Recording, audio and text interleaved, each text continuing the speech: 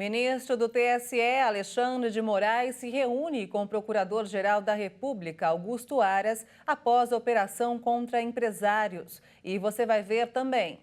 Juro rotativo do cartão de crédito atinge mais de 370% ao ano. Operação cumpre 22 mandados de prisão contra suspeitos de aplicar o golpe do novo número. Mikhail Gorbachev, ex-líder da União Soviética, morre aos 91 anos. E no Esquenta Qatar 2022, você vai ver o Mundial de 1958, que revelou para o planeta o craque Pelé. Agora, no Jornal das 18h30.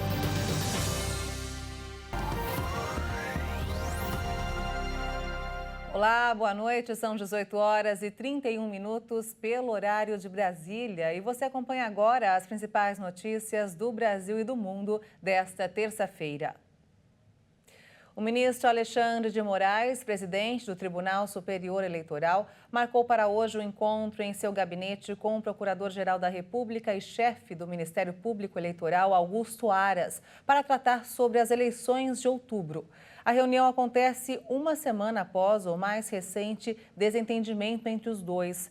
Na última terça-feira, a Polícia Federal cumpriu mandados de busca e apreensão contra empresários que discutiram em um grupo de mensagens no celular a instauração de um golpe de Estado. A operação foi autorizada por Alexandre de Moraes, que atendeu a uma solicitação da Polícia Federal. Augusto Aras criticou a decisão do ministro. A Câmara dos Deputados enviou ao Supremo Tribunal Federal uma manifestação na qual afirma que a suspensão da emenda dos benefícios e eventual cassação de todos os auxílios até o segundo turno das eleições traria graves consequências econômicas. No documento, a Câmara diz que o possível fim da concessão dos benefícios, neste momento, agravaria o quadro de carências e geraria instabilidade social, um risco a ser evitado. Em 11 de agosto, o relator, o ministro André Mendonça, decidiu levar ao plenário do STF os pedidos que contestam a emenda constitucional 123 de 2022, que ampliou uma série de benefícios sociais para o pagamento ainda neste ano. Na época, Mendonça solicitou informações aos presidentes de ambas as casas do Congresso Nacional. De acordo com a Câmara, o estado de emergência inaugurado pela emenda questionada amplifica direitos, sobretudo de caráter social, concedendo auxílios e vantagens à população em período de dificuldades econômicas. Para a Casa Legislativa, não há qualquer comprovação efetiva de benefícios ou ruptura da isonomia no processo eleitoral. O Senado ainda não se manifestou. Uma operação da Polícia Civil de Goiás cumpre hoje 22 mandados de prisão contra suspeitos de participarem do golpe do novo número. A polícia informou que os envolvidos têm bases de operação em 4 cidades goianas que fizeram vítimas em todo o país. No total, o grupo teria causado prejuízo de R$ 135 mil a 3 vítimas. Uma moradora de São Paulo transferiu para os golpistas R$ 115 mil por meio de Pix. Os nomes dos suspeitos não foram divulgados. A Polícia Civil cumpre mandados de prisão e também de busca e apreensão em Goiânia, Senador Canedo, Bonfinópolis e Goianira. Pela manhã, foram presos 6 homens e 2 mulheres. O grupo aplica golpes do novo número desde o início de 2021. O Censo Demográfico 2022 já entrevistou mais de 60 milhões de pessoas no país desde o dia 1º de agosto, segundo o IBGE. Mais de 20 milhões de domicílios já foram visitados pelos colaboradores do Censo Demográfico. 47,8% da população recenseada são homens e 52,2% mulheres. O estado de São Paulo está no topo das unidades, seguido por Minas Gerais e Bahia. Apesar disso, o Instituto reconheceu que enfrenta dificuldades em determinados locais. Os contratempos na coleta, as dificuldades no atendimento aos moradores, recusas de entrevistas, agressões verbais e físicas, roubos de equipamentos e atrasos nos pagamentos da remuneração têm feito com que muitos pesquisadores desistam. O órgão disse que está se adaptando e pensando em soluções para entregar o melhor recenseamento. A inflação do aluguel caiu em agosto, segundo dados divulgados hoje pela Fundação Getúlio Vargas. A repórter Maria Clara Leite tem mais informações. O IGPM, o Índice Geral de Preços Mercado, utilizado para calcular o reajuste da maioria dos contratos de aluguel vigentes no país, caiu 0,70% em agosto. Essa é a primeira taxa negativa desde setembro do ano passado. No ano, o índice acumula alta de 7,63%. E em 12 meses, é possível dizer que a inflação do aluguel desacelerou a 8,59%, enquanto no mês passado a alta acumulada era de 10,08% em 12 meses. Segundo a FGV, o recuo de agosto foi influenciado pela recente redução do ICMS sobre combustíveis e energia e pela queda nos preços nas refinarias, além da desaceleração no grupo alimentação, de 1,47% em julho para 0,44% em agosto. A gente lembra aqui que o IGPM é composto pela ponderação de 3 índices, que são o IPA, o Índice de Preços ao Produtor Amplo, o IPC, o Índice de Preços ao Consumidor, e o INCC, que é o Índice Nacional de Custo da Construção. Para o cálculo do índice de agosto, a FGV comparou os preços coletados entre o dia 21 de julho e 20 de agosto com os preços analisados entre 21 de junho a 20 de julho de 2022. E vamos agora ao mercado financeiro. O dólar fechou em alta nesta terça-feira após a divulgação de dados dos Estados Unidos que fizeram aumentar as apostas de novas altas de juros por lá. A moeda norte-americana subiu 1,59% e encerrou o dia cotada a R$ 5,112 para a venda. O Ibovespa, o principal índice da Bolsa de Valores de São Paulo, a B3, caiu forte hoje, com a Petrobras entre as maiores baixas, acompanhando aí o declínio dos preços do petróleo e um corte de recomendação das ações. O índice teve queda de 1,68% a 110.431 pontos. E agora vamos falar sobre o cartão de crédito. Para alguns, um aliado, para outros, um vilão. Isso porque o juro do rotativo do cartão de crédito já supera as 370% ao ano. O uso desse meio de pagamento cresceu, mas aumentou também a inadimplência. Facilidades que podem virar armadilhas, olha só. Pontos, milhas, prêmios. Quem usa o cartão de crédito tem lá suas vantagens. Mas se não paga a conta em dia, o prejuízo é garantido. E não é pouco, não. Em junho, o juro do rotativo do cartão chegou a 370,4% ao ano, segundo informações divulgadas pelo Banco Central. E existem algumas razões para isso, como explicam os economistas. Primeiro, a taxa de juros básica da economia brasileira ela já vem subindo há algum tempo, né? Vale lembrar que em junho do ano passado, a taxa Selic estava em 4,25% ao ano e agora em junho deste ano, que são esses últimos dados do Banco Central, né, estava em 13,25%. Então subiu aí a taxa básica em 9%. Só por conta disso, naturalmente, todas as demais taxas de operações de crédito vão subir. Ainda mais no caso de operações de risco.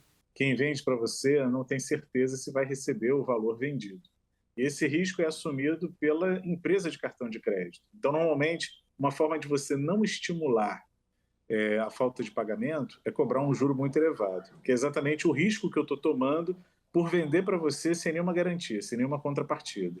Esse risco se confirma pelos registros de inadimplência. Só para você ter uma ideia, a taxa de inadimplência com o cartão de crédito saiu de 27,7% do total de crédito para hoje 40% do total de crédito, ou seja, das operações de cartão de crédito estão em atraso, estão inadimplentes. Então isso faz com que as operadoras de cartão de crédito embutem no preço final, que é a taxa de juros, né, esse relativo prejuízo que eles têm com o não pagamento das faturas. O rotativo do cartão deveria ser uma modalidade de crédito emergencial, acessada apenas em momentos de dificuldades. Mas não é bem isso que acontece. Mesmo com uma das maiores taxas de juros, segundo o Banco Central, as transações por cartão de crédito cresceram um pouco mais de 50% em 12 meses, até junho de 2022.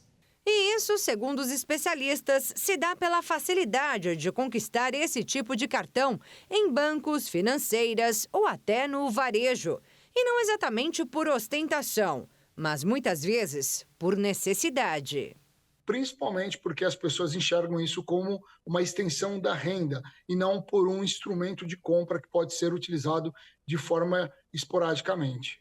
Apesar de ser o meio de pagamento mais acessível para quem quer parcelar uma compra ou até esticar o salário até o final do mês, o cartão de crédito pode ser uma armadilha na vida financeira do trabalhador.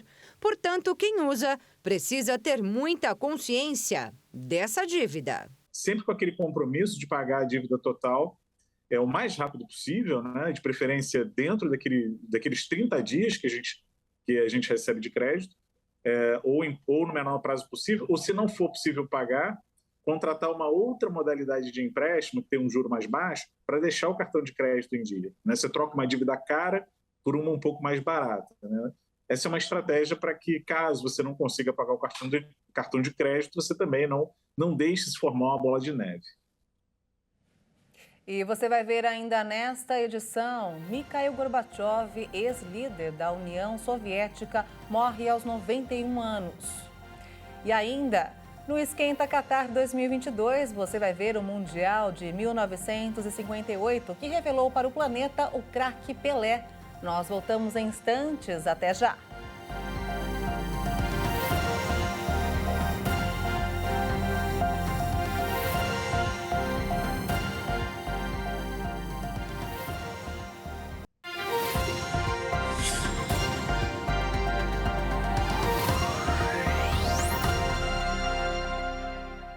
Estamos de volta, são 18 horas e 45 minutos pelo horário de Brasília. E vamos agora direto ao Rio de Janeiro com informações desta terça-feira com o repórter Anderson Nascimento. Boa noite, Anderson. Boa noite, Maria Alice. O Rio de Janeiro registra a primeira morte por varíola do macaco. A vítima é um homem de 33 anos que morava em Campos dos Goytacazes, no norte fluminense do estado. Ele estava internado no Hospital Ferreira Machado, em Campos mesmo. E a Secretaria Municipal de Saúde de Campos informou que a vítima apresentava baixa imunidade e comorbidades, que agravavam ainda mais o quadro da doença. Ele apresentava complicações e precisou ser transferido para um leito de UTI no dia 19. Campos está monitorando as pessoas que tiveram contato com o paciente, mas, por enquanto, ninguém apresentou sinais ou sintomas de infecção pelo vírus. A Secretaria do Estado de Saúde do Rio de Janeiro contabiliza até esta terça-feira 611 casos confirmados e 61 prováveis da varíola dos macacos no estado. E a nova taxa de desemprego no Rio, pela primeira vez depois de 6 anos, ficou abaixo dos 10%. A mais recente edição do Boletim Econômico de 2022, junto à publicação da Secretaria Municipal de Desenvolvimento Econômico, Inovação e Simplificação, com base na PNAD contínua do IBGE, o índice de desemprego baixou para 9,8% no segundo trimestre deste ano. No mesmo período de 2021, a taxa era de 15,6%. Os novos empregos gerados entre janeiro de 2021 até junho de 2022 são 79,3% do setor de serviços, 7% da construção, 7% de comércio e 5,5% da indústria. O objetivo da Prefeitura do Rio é reduzir a taxa de desemprego para 8% até 2024. Eu fico por aqui. Amanhã eu volto com mais informações do Rio de Janeiro. Até lá. Muito obrigada, Anderson, pelas informações e até amanhã. Vamos falar agora sobre saúde. Uma nova vacina contra a Covid-19 desenvolvida no Brasil pode começar a ser testada em humanos ainda neste ano. O imunizante apresentou bons resultados nos estudos com animais que foram divulgados neste mês na revista Nature Communications. Os cientistas já receberam autorização da Comissão Nacional de Ética em Pesquisa para dar início ao ensaio clínico e aguardam agora o sinal verde da Agência Nacional de Vigilância Sanitária para desenvolver a formulação vacinal. O grupo fundiu duas diferentes proteínas do SARS-CoV-2, A N do núcleo capsídeo, estrutura que abriga o material genético do vírus, e uma porção da S, espícula ou spike, usada pelo patógeno para se ligar à célula humana e invadi-la. A molécula quimérica resultante recebeu o nome de SPIN. A estratégia teve o objetivo de induzir no organismo a chamada resposta imune celular, ou seja, a produção de células de defesa especializadas em reconhecer e matar o novo coronavírus. Em tese, esse tipo de proteção permaneceria eficaz, mesmo diante do surgimento de novas variantes. O surto de varíola dos macacos diminuiu seu ritmo na Europa. De acordo com a Organização Mundial da Saúde, as contaminações e a circulação do vírus responsável poderia ser controlada e até eliminada se a luta contra a doença for intensificada. O continente europeu é o mais afetado desde que a doença saiu do continente africano e começou a se espalhar pelo mundo. There are encouraging early signs, as evidenced in France. Há sinais iniciais encorajadores mostrando na França, Alemanha, Portugal, Espanha, Reino Unido e outros países de que a epidemia pode estar diminuindo. Para avançar na eliminação na nossa região, precisamos intensificar nossos esforços. Ainda acreditamos que podemos eliminar a transmissão sustentada de humano para humano na região se nos comprometermos com isso e usarmos os recursos necessários para este fim. Nos 53 países que compõem a região da OMS na Europa, que inclui a Rússia e países da Ásia Central, mais de 22 mil casos de varíola foram registrados em 43 países, representando mais de 1/3 dos casos em todo o mundo. Na semana passada, a OMS relatou um declínio de 21% em novos casos em todo o mundo após 4 semanas sucessivas de aumentos. A fim de eliminar a propagação do vírus na Europa, a OMS aconselhou os países a continuarem com medidas de monitoramento, vacinação direta e intensificação de casos de contato. Mikhail Gorbachev, o último líder da União Soviética e o político que encerrou a Guerra Fria sem violência, morreu nesta terça-feira aos 91 anos, segundo agências de notícias russas. O Hospital Clínico Central de Moscou informou que ele morreu após uma doença grave e longa. Em 1986, Gorbachev anunciou uma série de reformas que visavam revitalizar a União Soviética. A perestroika e a glasnost são algumas das medidas que acarretaram em maior abertura política e econômica do Estado soviético. Com a reorganização, que incluiu um novo Congresso, o país teve em 1989 as primeiras eleições desde 1917. Gorbachev foi eleito presidente e tomou posse em 1990, ano da queda do Muro de Berlim. No mesmo ano, ele ganhou o Prêmio Nobel da Paz. Durante seu governo, Gorbachev promoveu uma relação mais próxima com o Ocidente e se reuniu com o então presidente norte-americano Ronald Reagan. Os dois acertaram acordos de desarmamento nuclear. O ex-líder soviético era um dos críticos mais contundentes do atual presidente Vladimir Putin. Após 6 meses de conflito, as tropas ucranianas iniciaram uma contraofensiva para retomar território invadido pela Rússia no sul do país. Enquanto isso, a equipe da ONU se prepara para inspecionar a maior usina da Europa em Zaporísia.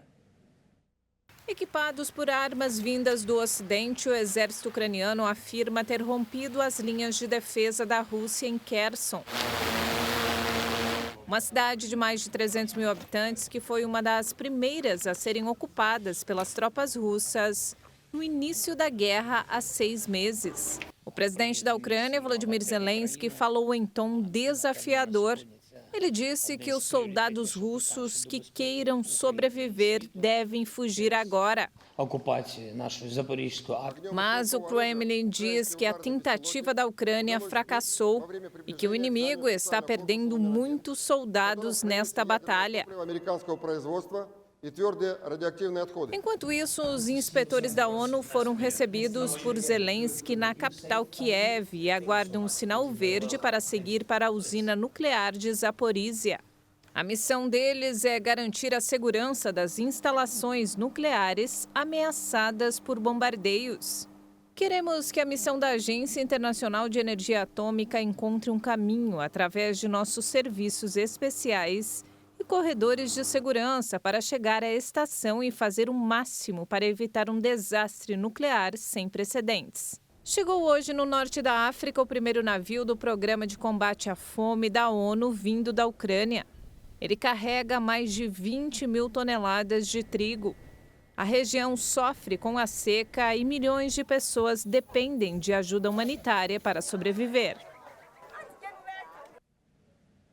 Faltam 82 dias para a Copa do Mundo. Chegou a hora do Esquenta Qatar 2022 com Leonardo Félix. O tema do boletim de hoje é o Mundial de 1958, realizado na Suécia, que marcou a conquista da primeira taça da seleção brasileira e revelou para o planeta o jovem Pelé na época de apenas 17 anos.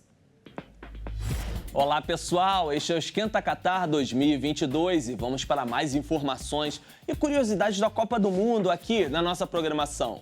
Vamos falar agora do Mundial de 1958 realizado na Suécia. Os 16 países classificados foram divididos em 4 grupos de 4 seleções e pela primeira vez houve sorteio dirigido por regiões geográficas. Cada grupo tinha um país sul-americano, um dos britânicos, um do leste europeu e um da Europa Ocidental. Os 2 primeiros de cada grupo passavam de fase e a partir daí o confronto seria de mata-mata. Just Fontaine, centroavante francês, foi goleador da competição, com 13 gols em 6 jogos. Essa é uma marca recorde em mundiais que ainda não foi batida. Nesta Copa surgiu Pelé, com apenas 17 anos. E outro destaque canarinho foi Garrincha. O time ainda tinha craques como Didi, Nilton Santos, Djalma Santos e Zito. Até conquistar seu primeiro título mundial, o Brasil passou pela Áustria por 3-0, empatou com a Inglaterra por 0-0, bateu a União Soviética por 2-0, o País de Gales por 1-0, a França na semifinal por 5-2 e repetiu o placar na final contra os donos da casa. Faltam 82 dias para a Copa do Mundo Qatar 2022. E olha só essa história, o menino João Gabriel, de 8 anos, é apaixonado por futebol. Com papel, tesoura, lápis de cor e a criatividade de uma criança, o pequeno criou o seu próprio álbum da Copa do Mundo de 2022. A família de João, de Goiânia, vive com cerca de um salário mínimo, vendendo hortaliças na capital. Para conseguir completar o álbum, o pai contou que João gastaria mais da metade da renda mensal da família. As últimas figurinhas criadas pelo menino, incluindo do lendário jogador Neymar, foram coladas no álbum no último domingo.